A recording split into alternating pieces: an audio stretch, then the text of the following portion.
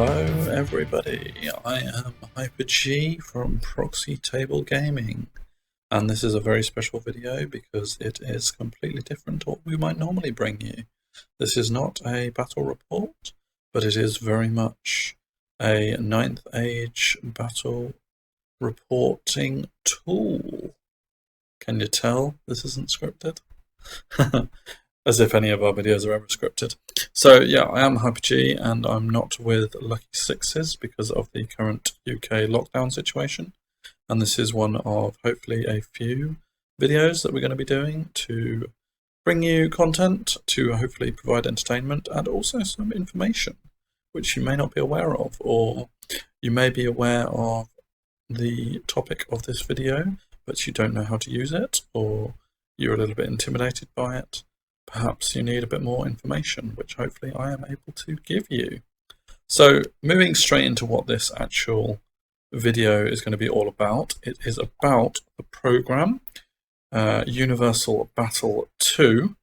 I am not a technical kind of person, as you probably know, and very much well, I wouldn't like to say that I'm providing you false information. Of course I'm not. I'm just not providing you with as many details as perhaps someone who knows about the technicalities could provide you with.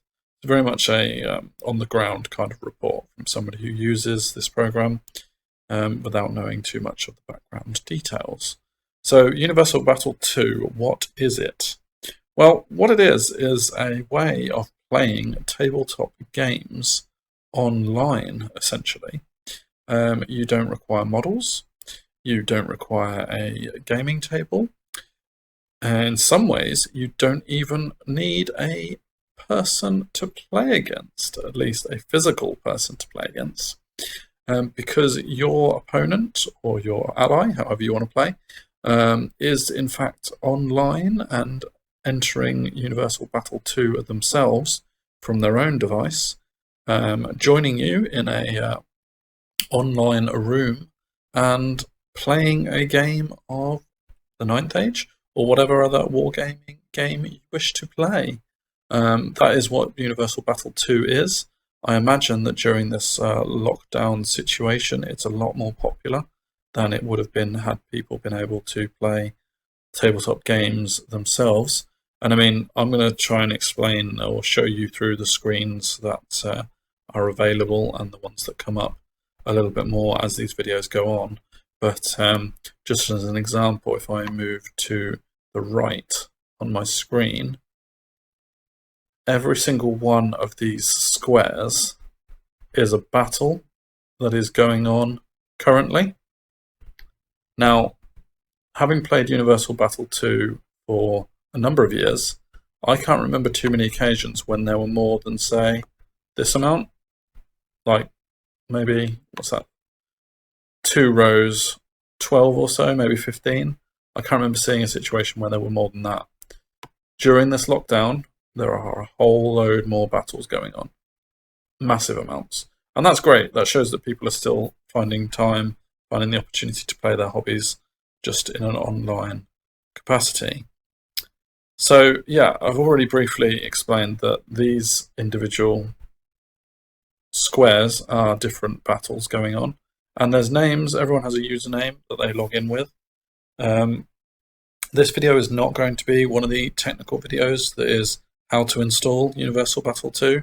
Like I say, I'm not very good at the technical side of things. I don't think I would be able to do that kind of video justice, and also if I've managed to install it, then hopefully that provides all of you hope that you can also install it. You do download it from the website, which Universal Battle 2, just type into Google, you'll find it. And it is not a particularly weighty program. I think you can actually play it in your browsers if you want to, or you can download it onto your device. I've just got mine on my laptop, and hopefully it works well. It usually works pretty well.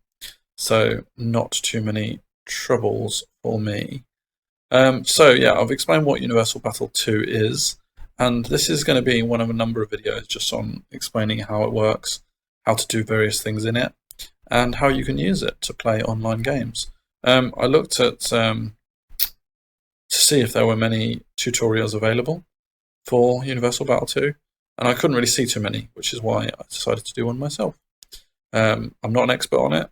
I wouldn't say I'm a user who's on there all the time, but you know, I think I know how to do a fair amount of things. So that's why I'm bringing you this video. So just to explain a little bit about this screen that I'm on now, because this is the lobby. It says up in the top left corner, that's the lobby. On the left hand side, you're seeing various people join and leave the lobby. This is live, so live for when I record rather.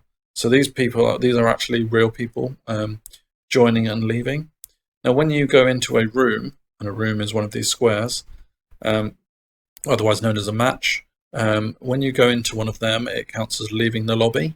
So these people aren't necessarily logging out of Universal Battle. They're just essentially going into a lobby. It shows you how many people are online at any one time. A few of these people I've come across before. There's myself listed there. But a lot of them I will have never engaged with. And then you've got settings, which just allows you to choose some preferences. And there's a link to the forum, which you can get a lot of help from on how to use this as well. And I imagine there might be more tutorials in that forum, or questions and answers and things like that.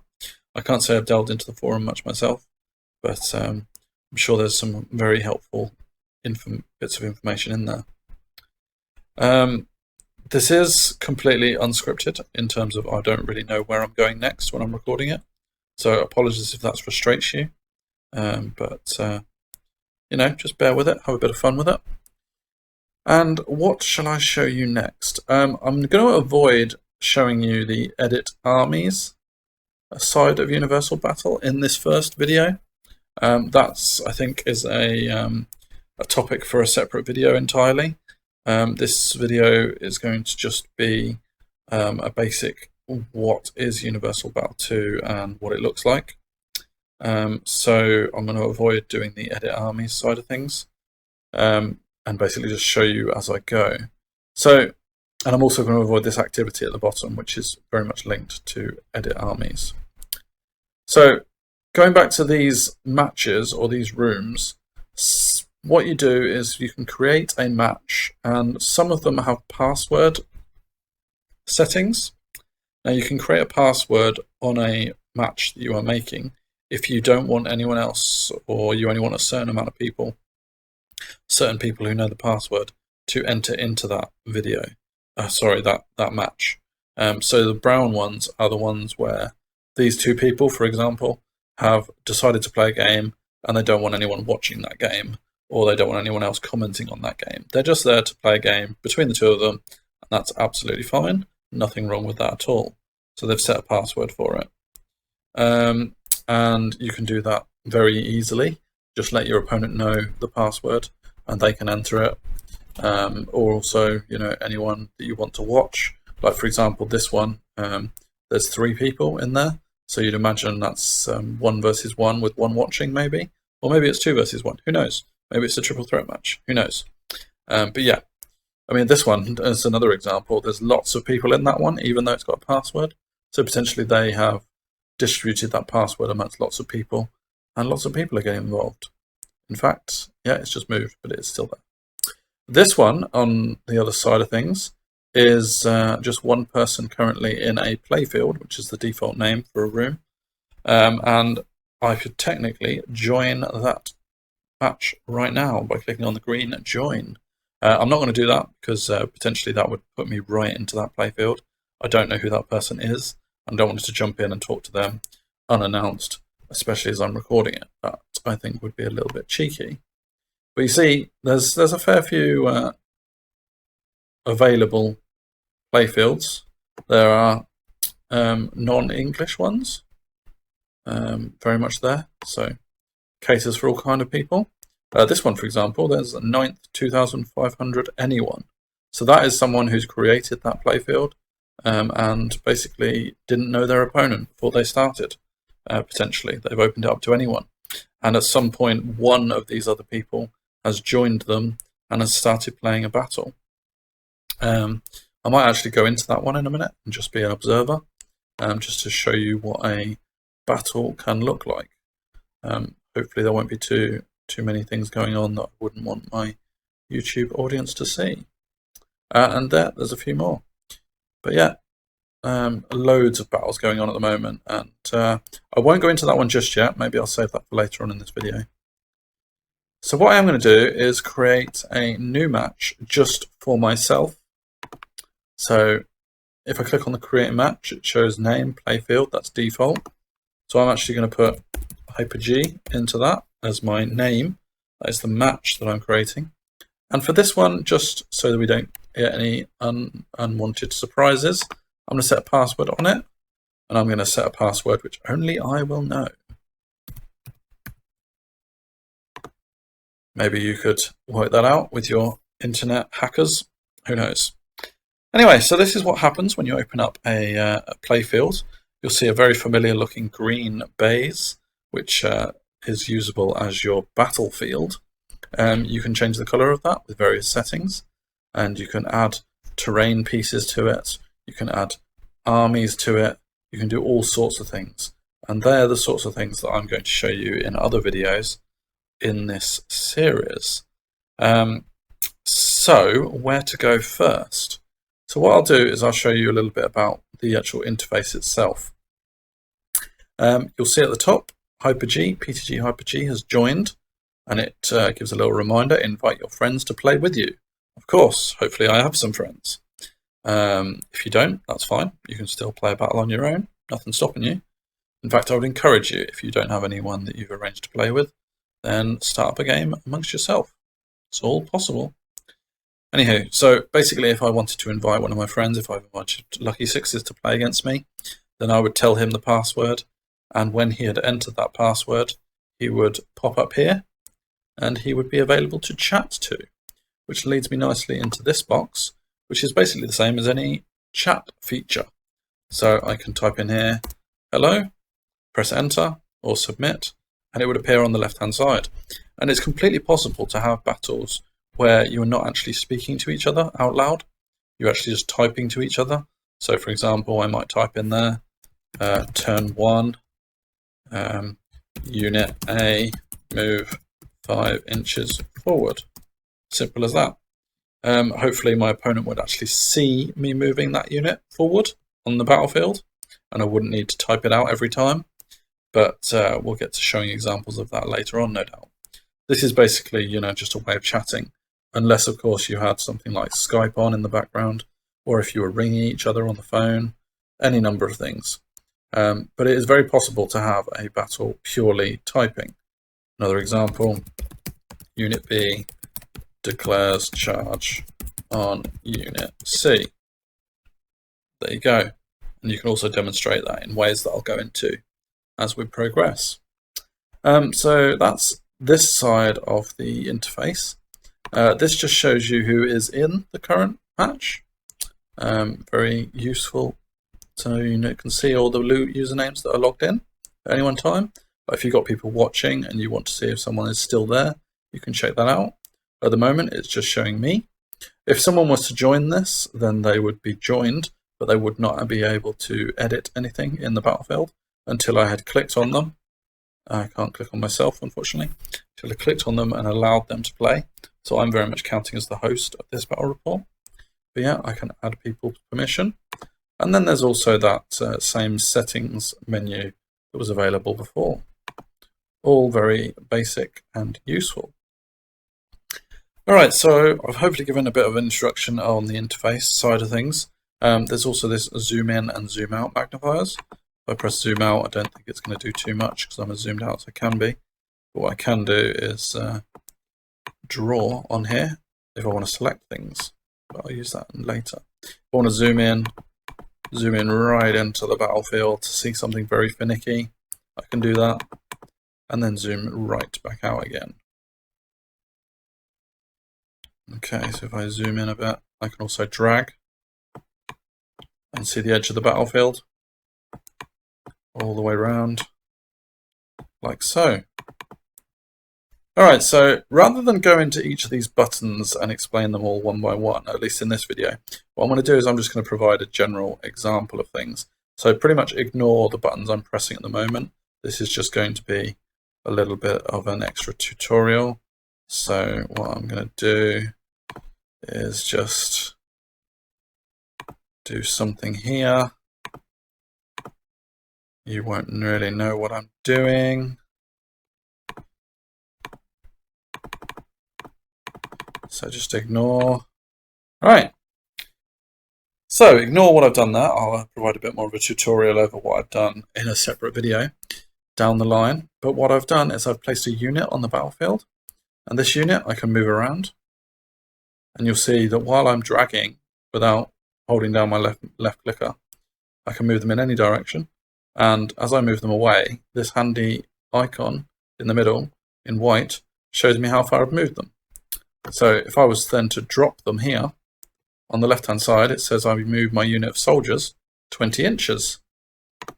Brilliant. And now they're over there. So that would be my move. And my opponent would know that I'd done that because it says it right here. So I wouldn't need to type in here, soldiers move 20 inches, because my opponent could see that happening. And I've done that ever so easily. Just move them. Again, it moves to there. So that is one way really of showing how we're going to play a battle with this. So for example, I might have a unit here, my opponent, maybe they're going to have a unit up here, and we're going to go at it. My unit versus his unit, simple as that. And then what you'll also need is the tools to move them around a little bit more in detail. So if I left click on this unit, for example, I've got these two arrows. That will wheel them in that direction, and that will wheel them in that direction. Now that doesn't come up in here, so very much is you have to watch what your opponent's doing in terms of moving them, changing their facing, but it's all very useful. And if you're playing a battle, then hopefully you're playing against someone who's doing something legally according to the game rules you're playing. The game rules that I'm familiar with, the 9th Age, are the ones I'm going to be using for all these examples. If I say something that contradicts rules in another game, very sorry, I don't know those games. Yeah, and so basically that is those arrows, and there are more uses for those arrows later on, which I'm going to go into. If I wanted to delete the unit from the battlefield, there's that dustbin, and it asks me if I'm sure, so yes or no. I'm just going to say no for the time being. And then another way to move my unit a bit more specifically is to click on this. And this is a way of locking the unit so that you can wheel it in a lot more of a movement kind of way. So, for example, if I wanted to use this, I'm just rotating my unit. I'm not actually moving them. So that's kind of with a reform in the 9th Age, or a swift reform. Whereas if I actually wanted to wheel forwards, so say for example, this unit's over here and I want my unit to head towards it, I would click on this, that arrow would wheel on the left of the unit, that arrow would wheel on the right of the unit. And you see, while I've clicked on that, now, instead of when I press this, it rotating the unit, it will actually wheel the unit. So for example, in this example, I've wheeled 2 inches, and this time it does actually show it there. So when you rotate, it doesn't show it, but when you do a wheel, it does show it. And that's probably the more important occasion when you'd actually need it to be showing in the sidebar, so that the opponent knows you've used 2 inches of your movement in order to make that wheel. And then as soon as I'd finished with that wheel, I could turn that off, go back to the default setting, and maybe I want to wheel in the other direction. So this time I'd use the other arrow to wheel 1 inch, and I'd end up that's there. And now I've used 3 inches of my movement. So a very simple tool to use to move your units around. And what is also really good about Universal Battle 2 is that you've got this blue button in the corner, which allows you to undo the moves you've done. So say for example, I wasn't actually happy with that wheeling that I'd done. I've decided, no, I don't actually want to do that. I can press undo, and it goes back. Undo, and it goes back. And now I'm exactly where I started because I've undone the last 2 instructions that I gave it. Fantastic tool, really, really good. And I'll get more detailed with the undo button as we go on. Right, now I actually set this as my opponent's unit, so technically I can move it. But one key thing about the battle is that when you are playing an opponent, they can actually put their units onto the battlefield, and they actually can only control their own units. So normally I wouldn't be able to move my opponent's units, which is obviously a very important feature for the middle of a heat of battle situation. All right, so that is very basic introduction to Universal Battle 2. I'm not going to get any more detailed in this report because I'm already aware that I've been speaking for a few minutes, and I want to keep these relatively short. Also stick to the title of the video, which is just overview. So hopefully join me in the next one, where I'm going to be talking about a little bit more of these features down here and these features down here, and maybe take you through a bit more battle scenarios. And maybe in the future we'll even go into some Tactica if you want to hear it. So let me know what you think about this video and the future ones to come. Please like, share, subscribe, comment on them, tell me what an idiot you think I am for attempting to do a tutorial such as this, and also any suggestions for future videos on Universal Battle or anything that I've left out. I'm sure that there's plenty of questions you're going to have. I'm more than happy to answer questions on Universal Battle. I'm not affiliated with the people who created it. Can't change anything about the program. So I'm doing this completely of my own accord. So there might be questions that I can't answer. But let me know in the comments anything you want to know, and I'll either direct you to future videos or I'll actually answer them directly.